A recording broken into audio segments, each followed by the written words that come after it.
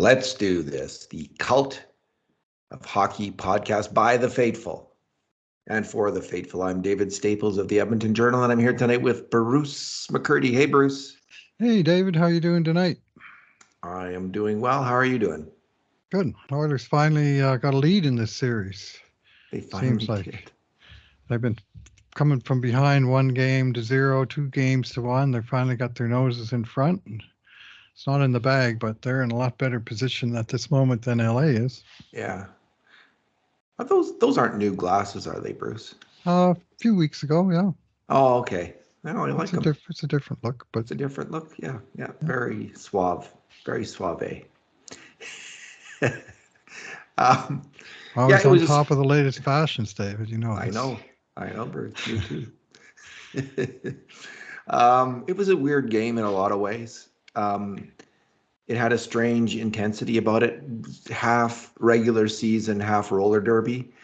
It didn't have the same. I mean, that last game took a lot out of the Oilers, and it was interesting. I heard Georges Laraque on Oilers Now talking about. He just said emphatically and without any great confidence, as George says everything with great confidence and emphatically.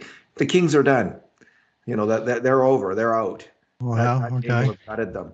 And I just thought, wow, that's an interesting thing to say. I don't really see it that way, but it almost felt that way on a certain level tonight, that there was a lack of fight in the LA Kings. There was some snarliness and some bitchiness and some, we're going to get you after the Oilers went ahead 5-2. But there wasn't that same intensity. I suppose when you're, really the difference in this game, the other games, it's not a whole lot except the play of the LA goaltender. Korpisalo has been really, really sharp, and he's finally fallen apart. I don't think he's going to get it back together, Bruce. Mentally, he's shot. I'm just saying that to further jinx him. But the Hyman, the Kane goals, that's got to hurt. 3 outside shots like that, even though they were all tough in their own different ways. Anyway, it just seemed like without that superstar goalie, the LA Kings are entirely beatable, is, I guess, the feeling I'm getting. And if, they need that superlative goalie performance to beat the Oilers, to stay with the Oilers, and they didn't get it tonight.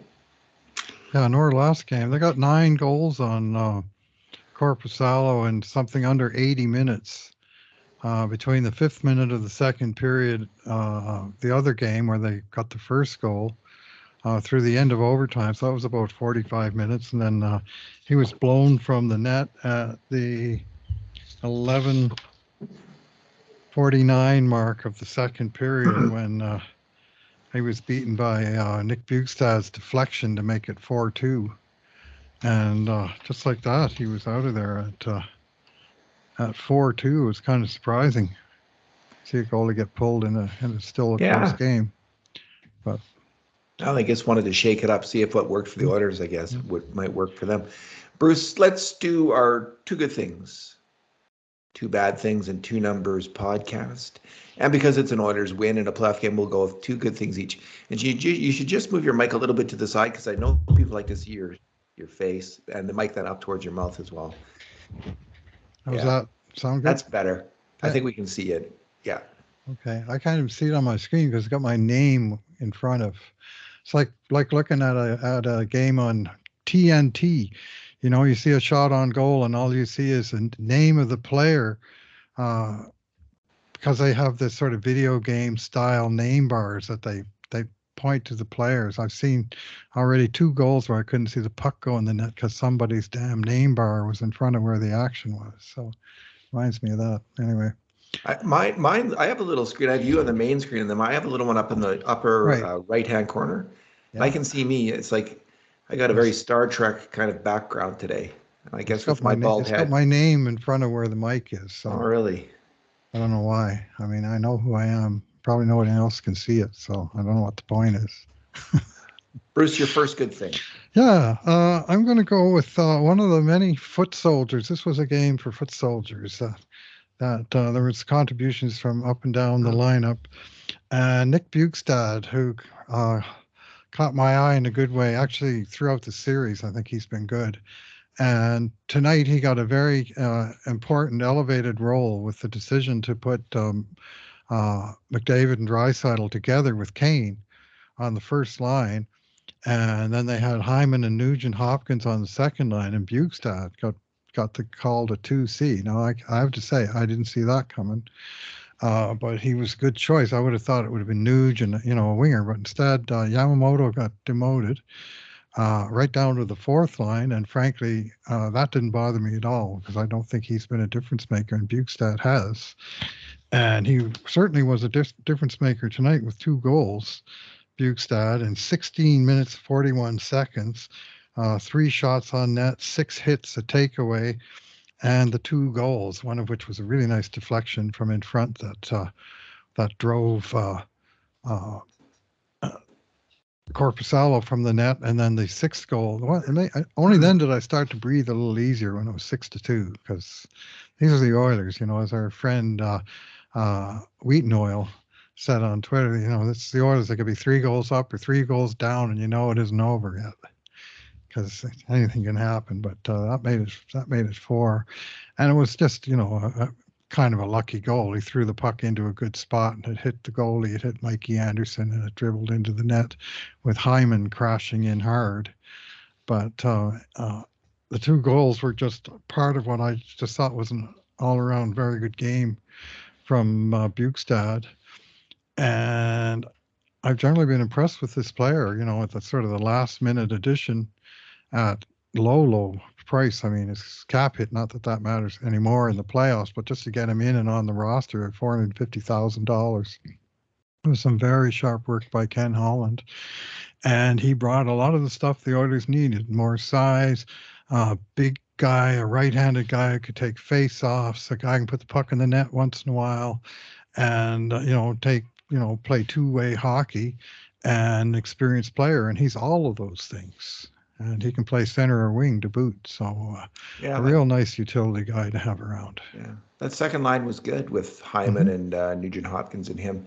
And yeah, Bruce, he is. He's huge. He is one huge guy out there. He it was when he scored that 4th goal and to make it 4-2 that I relaxed. I'm thinking, okay, they're going to win this game. And I loved it because, of course, it was the kind of goal that is a backbreaker. It was the Californian, the outside shot by Cody Ceci, tipped into the net, and they hurt. Those goals, they hurt your team, they hurt everybody, because it's just like, how did they score that? But they did, and it counts every bit as much as any other kind of goal. Bothers the goalie, it bothers defensemen, it bothers the forward who allowed the outside shot. Anyone who leading up to it lost the battle, because usually they come off the cycle like this one. There was almost always. So it's a team defeat, and it was fantastic to see the California. Of course, this is named after the San Jose Sharks. Essentially, the San Jose Sharks duo of Brent Burns and Joe Pavelski, who constantly scored the Californian against the Edmonton Oilers. But now we're utilizing we scored 2 Californians tonight against the California team. And my first good thing is the weirdest Californian I've ever seen. There's been lots of weird ones. The word tonight. But Bouchard's, thank goodness, his muffed shot, because if that had been a bullet shot, if it had been his normal 90-mile-an-hour shot, of course it wouldn't have been that high. Goes in off Hyman's face into the net. And that's using your face. That's using your head noggin. Such a relief to see him celebrating the goal, smiling afterwards, brushing it off, holding his jaw while he's tapping the guys on the bench. That was good. That was fantastic. And that made it 5-2, and it was really over then, of course. But it was the Oilers' power play hadn't been doing much up until that particular power play, at least. And that's all you needed to do was put it in off Zach Hyman's head. The Yeah, weirdest. I tweeted right after that. I'm surprised the NHL didn't take that goal away from Hyman because his chin was above the crossbar. And that got a lot of likes on the Oilers Twitter. I've seen too many goals taken away from Zach Hyman for various bizarre reasons this That's a year. good one, Bruce. But yeah, anyway, that was good times. But yeah, uh, my second good thing, and this is yet to be fully confirmed, but my good thing is that the Oilers kept getting up and kept coming back to the game. Man, this was a rough game, a rugged game, and there was guys going down the tunnel left and right. There was, guys crumpled in the corner. Warren Fogle got Oh, absolutely smoked twice. Once by mhm. Drew Doughty at the center red line with a great hit, and the other one he got buried head first into the corner boards by Oh, Sean Dursey on a not great hit that should be evaluated. yeah. That said, I mean, who was it who buried Bouchard into the boards in overtime the other night? They never looked at that. Kempe. So, yeah, they never looked at that. But anyway, this was kind of like that. Broberg blew a wheel and went crashing into the side wall, and he was down and out for a while. Hyman took that shot in the face. He took a cross check in the ribs, and that's nowhere close to all of them. CC, he blocked a shot and went limping down the tunnel. Uh, yeah, it was just seemed like one guy Carnage. after another was, uh, and any one of them, could have wound up with consequences where the guy went down and didn't get up. And so my good thing is that they kept getting up, and that includes Evander Kane, who got up and played this game after being pretty banged up coming into it. So it's the boys are toughing it out, and you got to in the Stanley Cup playoffs, and they're doing it. And I suspect there'll be a few ice bags in the room tonight, and I dare say there might be an ice bag or two in the LA Kings room tonight. But so it goes. So they took a few shots too. The only thing I didn't like, David, I got to say, is when the fans, when Drew Doughty went down and he got the big cheer, I think that's not a good look for When did he go fans. down? I'm just trying to remember that, Bruce. What I happened think it there? was in the second period. Yeah. McDavid hit him with a shot. He made a good shot block. Oh, And then that he kind of shot. went down and he stayed down for a second or two and struggled to his feet, and people were cheering, and I thought that's a bit harsh. Anyway, I've never liked. I remember Calgary fans cheering when Gretzky got hurt, and Calgary fans cheering when Dale Hawerchuk broke his ribs, and thinking, that's not what it's about. At least not for me. Obviously, it is for some people. Anyway, uh, lots of chippiness, lots of cheapness, lots of sort of weird ones where guys got out of the blue, got smoked by something, or random object hit by a meteor, whatever. And it was the good news for me is they all kept coming back for more. Indeed. What did you think of Kevin Fiala's dive? Does that Yeah, guy when I ever look? first saw it, I thought, oh no, we're going to be 3-on-5. Yeah. And then the more I saw the replay, I thought, that's nothing. Like, maybe it's, if they want to call tripping, then they better call embellishment, or maybe it's just as well just to call nothing like they did. And Yeah. it was, He is a and, dive artist. And he's also got yeah, a I he's also love that got he a got called for tripping Skinner. He was the second guy to do yeah. that. I followed Yes. did it, and then Fiala did it, and then they scored with him in the box. And so deal with it, Fiala. You were the GOAT on that one. He's got the beard and mustache of a sinister villain. And he is a total dive artist. He really is. Two games in a row, he's taken major Mhm. dives. Yeah. And of course, he got. It was interesting that call that Draisaitl that LA Kings fans were upset about. And initially, I was looking at the replay, thinking maybe that isn't a penalty because I was just looking at the elbow. I thought, oh, this is an Mhm. elbowing. But when you watch it again, you can see he Oh, got he his takes the stick in skates between right Draisaitl's leg. under He them. takes his stick. It's a totally a penalty.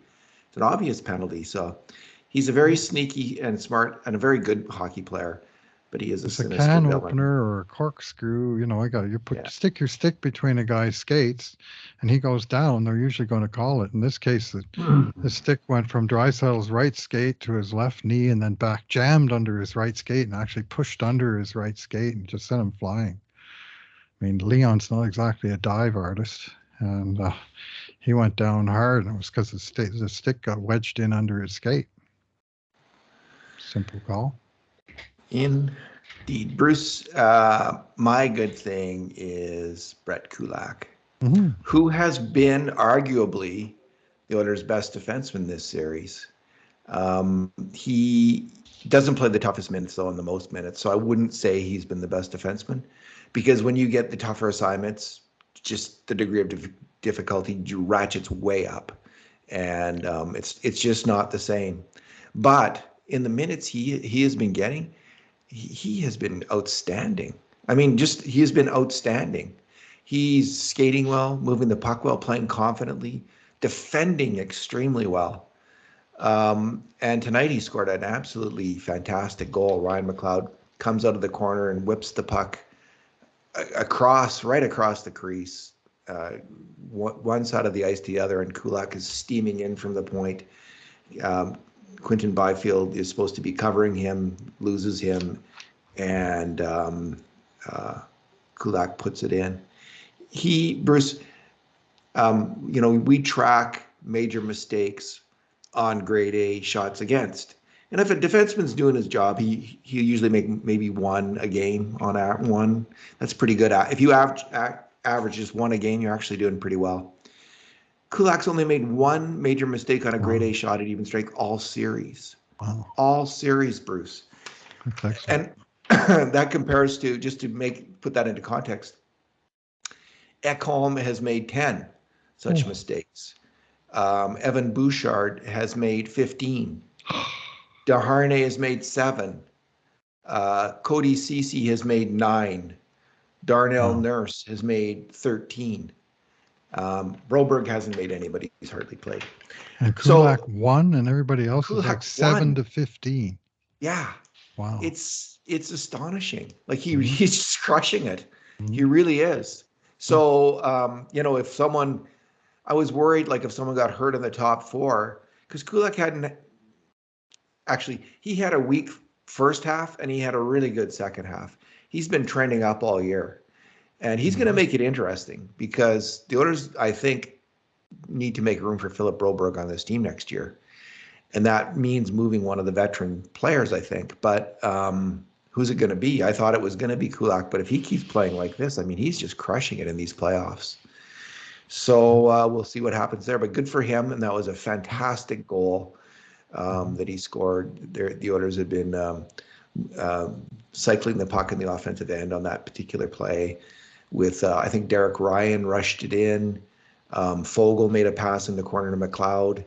And it was McLeod's great pass, and then Kulak's great finish. So a beautiful goal by a player who's having a beautiful playoffs. It was the first line goal scored by the third line and third defense pair. Sweet. In terms of the passing play, Ryan passed it to Fogle. Fogle just made a little drop pass in the corner to McLeod, just sort of one touch, dropped it over to McLeod, and he had room and sort of the viewing angle to come out of the corner and find Kulak right across the far goal crease. Like he whipped a pass right across the net front, and Kulak just buried it from the far side. That was a really sweet 4-way passing play from, guys that wouldn't be on top of anyone's list of guys you expect to be involved in plays like that. But this was a night where the Oilers were getting contributions from up and down, and in that case, it was the third line's moment to shine. David, I'll bet you if you looked into Kulak's second half, you might find that he really started to shine in March and April, when the team really shone. What the key moment being the acquisition of Ekholm, that allowed the replacement of Kulak from the second to third pairing, and he does shine as a third pairing defenseman. He's very good as a 3 lefty, and as a second lefty, he held his own, but he wasn't exactly a standout. I thought he did okay, well, for the most part, at 2 lefty, but at 3 lefty, he's golden. It actually started before then, Bruce. It's been pretty, kind of in the almost the last 50 games. The first 30 games are really weak Like, what's going on with this guy? Yeah. Like, this is why they were looking at trading for what was Joel Edmondson. Remember all that talk? Oh, okay. Joel Edmondson, and then Vladislav Gavrikov, Hmm. and Who is then pretty good. who is pretty good. And then finally they settled on Ekholm. But this was all because Kulak couldn't make it as the second pairing D-man. But they did start to use him less Hmm. overall. But in the last 50 games, I think it was pretty Yeah. steady. He became a pretty Yeah. steady, reliable to good defenseman. And now in the playoffs, like I say, he's not playing the toughest role, but in what he is playing, he's absolutely crushing it. Yeah. Well, against the what we used to call the softs on the old Augusta, the soft competition, the third line, Mm-hmm. third pairing of the other team. He's more than good enough against those guys. Like they're paying him like a 4-5. Actually, they're really paying him like a 5, and as a Yeah. 5, he's solid, and he's shown it again in these playoffs. So Yeah. One of the things I would say his really good play more coincides when he was taken off the PK when Deharnay arrived, and then he just settled in at even strength. That's all he had to worry about because he wasn't very good on the PK. I don't know why. It's just not his forte. But Deharnay between started. him, Barry, and Bouchard, Poor Tyson we Berry. had trouble putting out 4 good penalty killers, and that's where Sure did. Desharnais made a big difference almost right away. Yeah. Was his ability to kill, and they started using him in the PK right away. It wasn't any of this. Well, you're the number 7, so you get in once in a while. They just started using him on the penalty kill, and he was Yeah. getting 2 minutes a game They right were off the hop. desperate. Yeah, well they were, and that was the hole that needed filling, and they used him there. So Tyson Berry, like I liked him. He became a good decision maker. On the time that he joined the Oilers, from the beginning to the end, he transformed from a mediocre defenseman at even strength to an okay average one, which is good to hmm transform it all, like to that stage of your he career got to better, improve. sure. He got better in his decision making, but man, when they tried him on the PK, whoa, he was just so Yeah, overmatched out there. You need that size on yeah, the PK yes. in the defensive slot, and he didn't have it. And then Bouchard, it just doesn't seem that suited for it either, is the truth.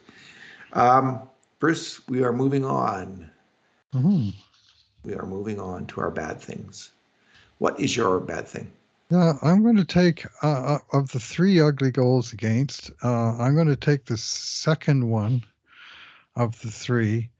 And this was late in the first period, which the Oilers had dominated and had a 2-goal lead, which you wanted to take into the room. And Nugent Hopkins had just hit the post at the far end, and he was on with Costin and Yamamoto, which was the fourth line tonight. It was Nugent's turn on that line, and then the puck. About 20 seconds later, maybe the puck came down into Edmonton's end, and they just kind of lost their minds positionally. And the puck was on the left wing boards, and CC had Adrian Kempe, the ultimate goal scorer, high on the left wing boards, and he let him go. And the puck went down low on the boards to the ever dangerous Carl Grundstrom holding the puck along the side wall. And he showed the puck to Darnell Nurse long enough for Darnell to go, I got to get that puck. And he jumped out and tried to make the stop and Hit. make the hit. And he did make the hit, but by the time he made the hit, the puck was long gone. Of course, he didn't stop the pass coming through either. And here's Adrian Kempe barreling in on goal. And who's back covering for the Oilers? Kyler Yamamoto. All 5'8", 153 pounds of Kyler Yamamoto trying to deal with this big, high-skilled LA Kings forward. It ended badly. And the last guy I blame on that sequence is Yamamoto, who at least was trying to do something and was kind of, I mean, not in the right place for him, but at least he was back and covering it. And maybe the bad thing was Nurse thought he had coverage, so he made that run at Grunstrom. All he had to do was hold his position and protect the front of the net. Grunstrom wasn't going to hurt him. And I don't know, David. He just keeps reminding me. Like, I wonder if he sometimes thinks he's still in Sault Ste. Marie, and it's just like, I'm going to go get that puck, and everything's going to be fine. Sometimes you just got to, hold your position, let the play come to you, and then react to the actual danger man, not Carl Grunstrom. I was going to ask you at the Oh, end of the podcast what you thought of his play, because boom. other than that play, I thought he was quite a bit better. But Uh, and even that play Nurse, is he was first yeah. star of this game. David, did you know that? He was named the first star of this game. Well, But that's a that was little a bit of bad an play. He did play way better, but that he was did a bad play. I mean, he was much more contained in this game. But hmm I just think on a play like that, why are you going for like he yeah, has the puck. yeah. Job one On the is boards, on the boards. Job one is you do not want him to pass the puck into the slot. You've right? got to get stick on puck. You Mhm. have got to get your stick down there and jamming it at the puck so he doesn't have a lane to pass it in. And he didn't. He went for the hit and his stick's up in the air as he's Yeah. plowing through the guy. It's I don't know. Like he I just I it's a didn't think bad he time needed to to go go for the for hit. anything, but But pardon just me. I didn't think he needed to go for anything. Like Grunstrom's on the boards, and he left his position in front of the net. That Kempe immediately uh, took advantage of the space that got Well, left you behind. might want So to pressure the puck carrier. Just don't let him have an easy pass because someone else. maybe Cece could have done that instead of nothing. Well, Cece should have. Cece had a total brain fart. Now Yeah. Cece's a very good positional player. Mm-hmm. He usually is in Yeah. position. Yeah. He's a very solid stay-at-home defenseman at this point of his career, and he just totally had a lapse. He just Yeah. let Kempe Yeah, go. that's a fair word for it. And it's my bad thing. Like I'm not saying these guys stunk all game, but they sure had a brain cramp collectively. When you have both Cody Cece and Darnell Nurse playing left wing and Kato Yamamoto playing defense, chances are you're not doing it exactly the way it was drawn up in the room. Initially on that play, I was also really sour about Stuart Skinner. And I was thinking, like, why didn't you come out to poke check him or why didn't you He was cut down the deep, angle? deep, deep in the net. Yeah, he was right on the goal line. Yeah. And I do think he could have been out further. But when I was watched it again, Kempe's coming in from the wing with the puck on his backhand. So Mhm. what Skinner, I think, was doing was hugging the post because there was like a decent chance that Kempe was going to launch a backhand shot towards Yeah. the post, which would have been so that's why he's back like that. Right. It made sense when I thought about it, but initially I was kind of cheesed off about that. But in the end, I kind of exonerate Skinner. And in fairness, that was a world-class finish by Kempe. I Oh mean, yeah, he took advantage of that lapse big time. So if you guys are going to screw around like this, okay, I'm going to score. And he's quite a player. He's quite a he player. is good. Yeah, he's a good hockey player. The Kings have some good hockey They players. do. Um, my bad thing. I'm going to just on the next the first goal against and the third goal against. There was a certain Edmonton Oiler who left the goal scorer both times wide freaking open in the slot. Absolutely wide open. It was his job to check them. There was nothing impeding him from doing it except his lack of concentration and defensive intensity. On the first goal, it was Iafallo who pops it in. On the second goal, it's Quinton Byfield.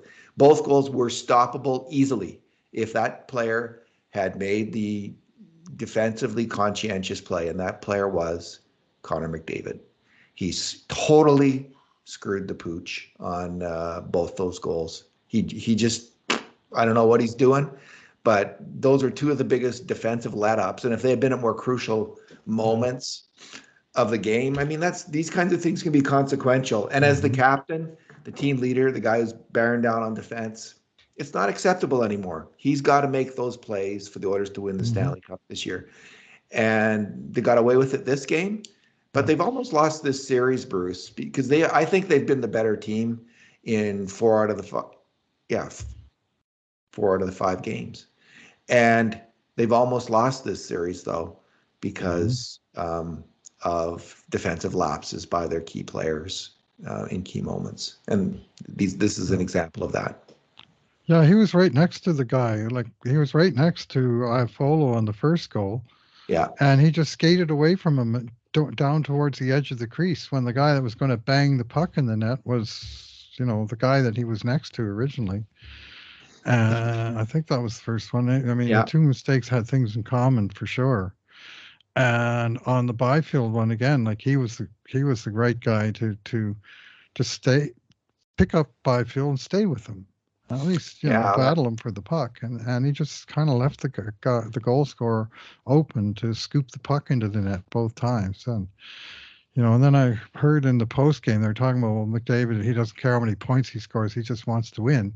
That's all great in theory, but sometimes you gotta put your nose to the grindstone, and and every goal you prevent is worth one on the scoreboard. But uh, and sure, he scores a million points. He's a great player, and I don't want to just sound like it's a Yeah, massive criticism, but it is a criticism that he would be an even greater player if he did sometimes some of the fairly routine things at the defensive end of the sheet, like pick up a man and stay with the guy, and well, he uh, does do those things fairly routinely. He he has didn't on lapses. these. Yeah, well, he Yeah, had he two has of them tonight, and and he has a fairly high number of lapses, right? he Like wound he's up not with a big fat -2 in this game, and he earned it he's not with a those Selkie candidate, plays. put it that way. He's not close. Like he's not close to being a defensive center Hmm. like the top two-way centers in the league. And Hmm. if that's his goal,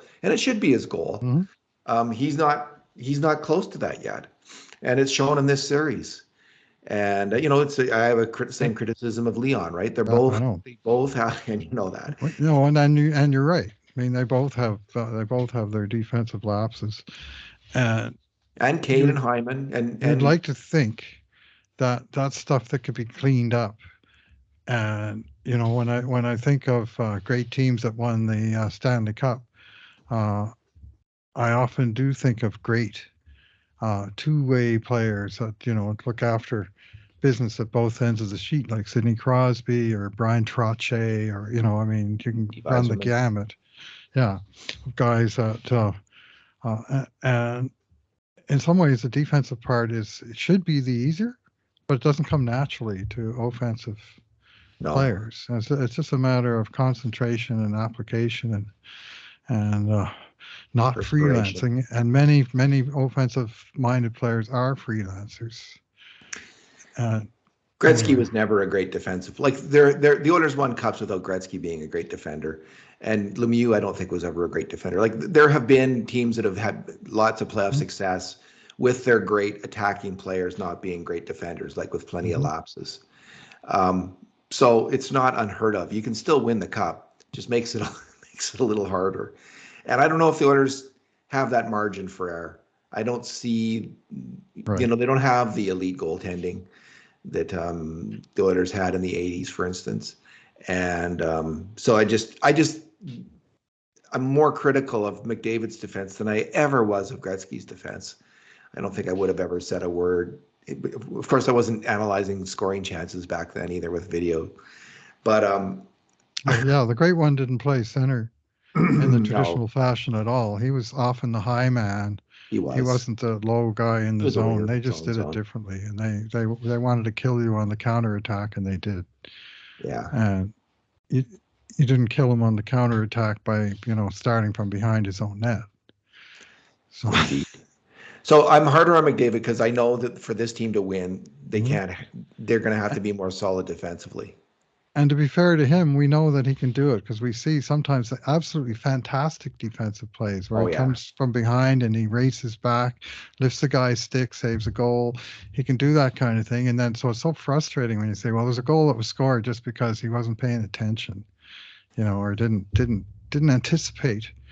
This great reader of the game didn't anticipate the danger on a sort of a routine looking play, and all of a sudden there's a guy alone with the puck roofing it, and there's nobody around him. How did that happen? yeah. Well, this is why I don't like them on the ice protecting elite. I just don't think they have defensive instincts, strong defensive instincts. But I do think McDavid, in particular, has worked on it, and that he's a better defender than he was in the first 3 or 4 years of his career.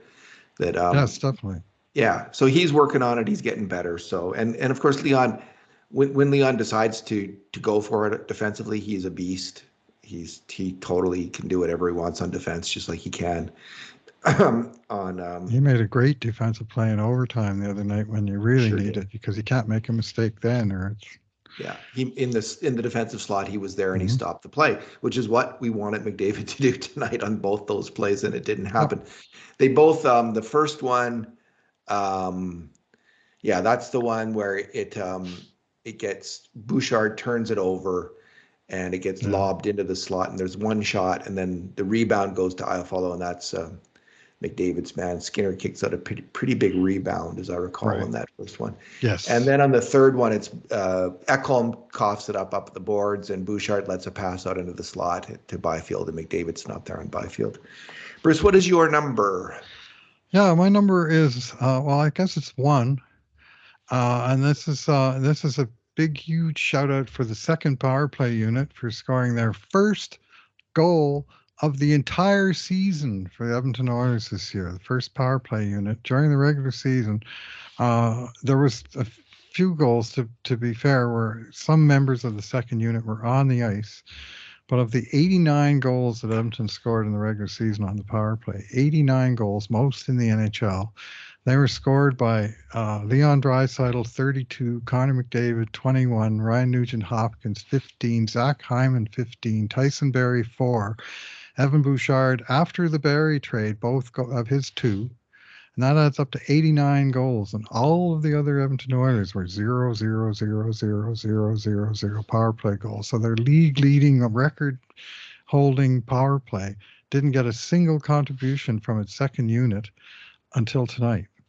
And now in the playoffs, after we had the first 6 power play goals scored, 2 each by Draisaitl, McDavid, and Bouchard, there's Evander Kane, powers home a wicked shot through, not only through a screen, but actually through number 3 there, Matt Roy for LA, and right in off the far post past bamboozled Jonas Corpusalo. And this was when, the first unit changed out with like 30 seconds to go, like they often do. And usually the puck goes absolutely nowhere the rest of the time. And this time they worked it around and got this shot, and boom, off the post and in. So after 95 straight goals by the first unit, congratulations, Edmonton Oilers' second unit power play for making a contribution. And that was a huge goal that opened the scoring in this game. And just the first of many sort of unexpected contributions tonight. But there's nothing more unexpected than a goal from the second power play unit. And most surprised of all was Jonas Corpusalo to see that another outside shot go through, find the post. What a great shot, right through Matt Roy's legs. And can Kane ever fire that puck? He can really shoot. It's nice to see him shooting like that. I don't know how quick his hands are, but when he has a chance to zing a wrist shot, he's really able to do that. He was nearly my second good thing tonight with his 3 shots and 6 hits and just his domineering presence. Like he's a real presence out there, just a hulking winger, and he just barrels up and down the wing, and anybody gets in his way, well, look out, because you could wind up anywhere, but most likely on your ass. Well, like Matt Roy when he tried to get him in the last game and ended up head first into the boards. Yeah, I was explaining to my wife just how strong Kane must be on his skates. I mean, so we were looking up pictures of like Kane on the internet, like his physique, and he was in that ESPN series when they used to take photographs of nude athletes. Naked guys, yeah. So Kane was one of them. That guy is like a walking human muscle. He is the most muscular person, probably naturally. Like he's not like a bodybuilder. But he's just muscles on top of muscles. He is, but he's quite slender in his own way too. But that guy is strong. No wonder that no one can hit him off his skates. He's just running into a solid rock. Yeah. So I suspect he's a workout king. Yeah, fanatic. That's the word. But he certainly looks like one. I mean, I remember that picture that they showed. That the carefully framed picture that doesn't show anything other than the guy's entire body, and it just was, as you say, just muscles from head to toe. Just the only stick shown is the one in his hands. Put it that way.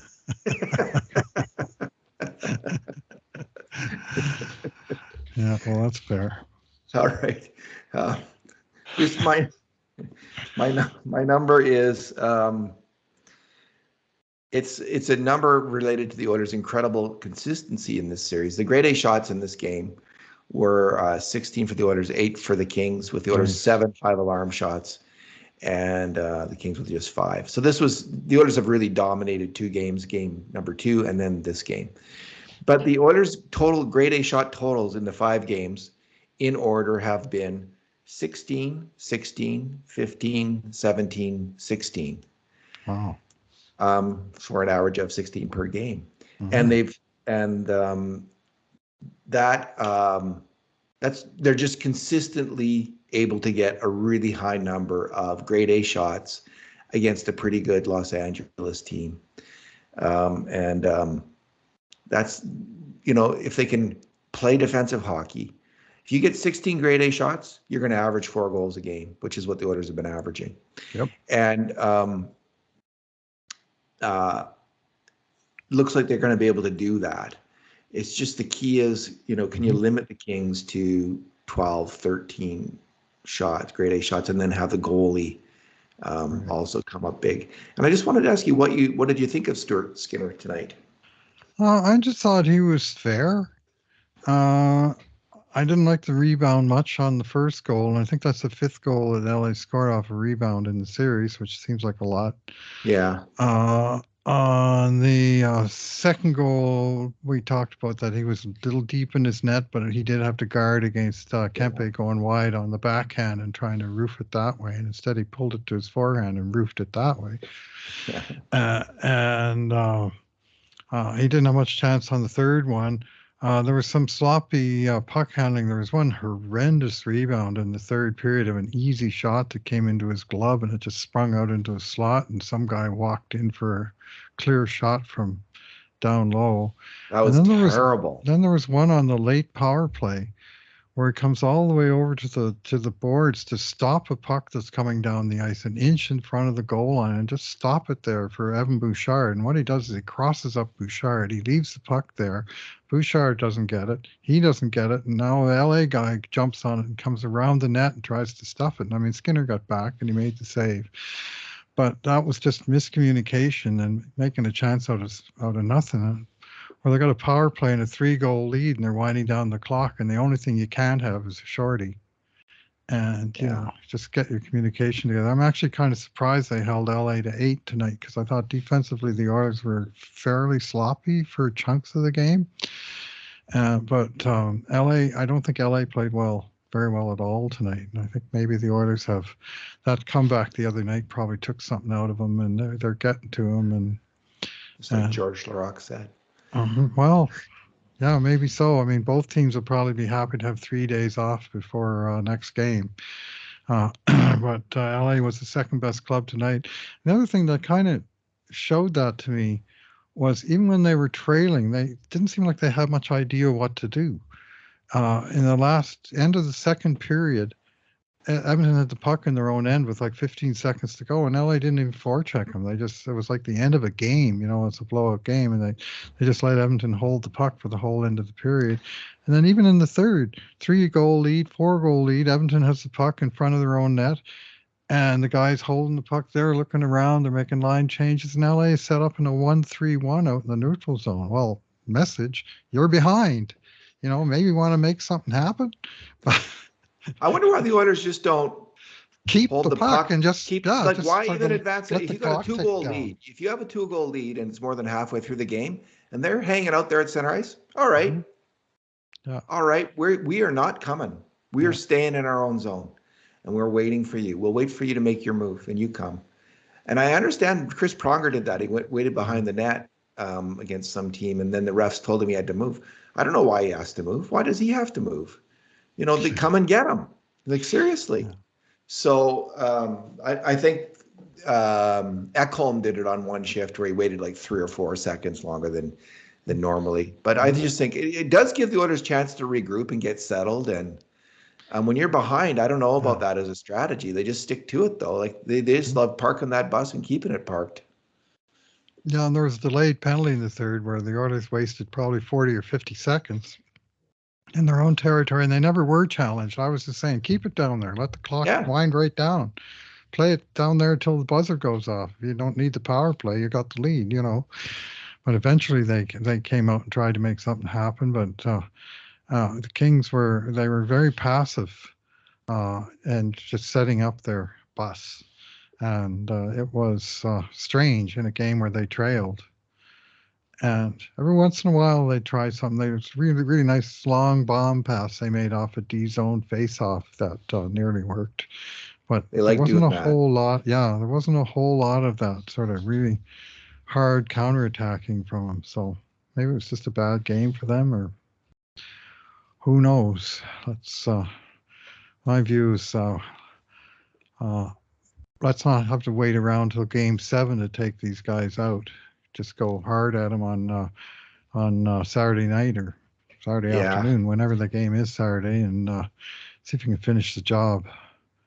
I did have a good feeling about today's game earlier that Kurt mentioned that he did do Kurt Levens. We were Mm-hmm. both saying this before the game. Mm-hmm. But I don't know about the next game because it's a real test for the Oilers because they just seem to be not that team that's going to take the easy route. That they need a little adversity to get their juices flowing and to crank it up and start to play with defensive intensity. And so I'm not super confident about Game 6. It is a real test for the Oilers of their maturity, Yeah. though. If they Yes. can close it out in 6, Then that's they get another few huge. days off Yeah, before you they get start the more next time off. series. You get to rest your injuries. You don't risk a Game 7. Obviously, there's all these reasons to play with incredible intensity in the next game and try to play some playoff hockey, defensively strong, like they played a Game 6 last year under desperate circumstances. We'll do it Mm-hmm. this year. Show that kind of desperation defensively, checking, not letting, because Mm-hmm. you will get your 16 grade A shots. And your Prob, three or four goals. Yeah. yeah. All you have to do is play defense like maniacs, and you can win the game. And we'll see if they do that. I don't know what's going to happen in that regard. Any final thoughts, Bruce, or anything you'd like to add? Well, it's 3 days between games. It's going to seem like a long time, but it's going to seem like less of a long time leading 3 games to 2 than trailing. Oof, Last I'll year, you tell may you. recall they came home. They split 2 in Edmonton, they split 2 in LA, and they came home and they lost in overtime in Game 5 when I do believe it was Adrian Kempe went around Duncan Keith and popped one very early in the overtime. And all of a sudden, it was, oh my gosh, we're in an elimination game on the road. This is not how it's supposed to wind up for a third year in a row. And those were very tense days. And they only won the Game 6, basically 3-2 with an empty netter. And that was when Tyson Berry did the damage with the big goal that won it in the third. And then Evander Kane got the empty netter and flashed the 7 fingers in front of the LA fans. It's got them enraged. So some craziness, by the way, on the Evander Kane front. He's posted something on Instagram and with this little girl, Cecily, that's got cancer. And, it's some kind of Make-A-Wish Foundation kind of thing where they take these kids to special events. And they took her to LA for Game 3. And she was there proudly wearing her Evander Kane jersey, this little girl with cancer. Now, granted, the Kings fans may not have known she had cancer, but they could have seen she was a little girl. And apparently someone spit on her in Is the that true though? I ladies' mean, washroom. And did that's that actually happen? Did someone admit, like, because I saw someone kind of saying, that's her version of the kids' version of the oh, I didn't. story. Okay, I was just Yeah. catching talk about it, and I couldn't. I saw them talking about spitting, and I just was wondering if it was a figure of speech. But so the little girl has actually said someone spit on her. That's my understanding. Oh, And there okay. was some That real I didn't crude know that. talking people on the internet talking about what a bad person Evander Kane was and how, I saw that.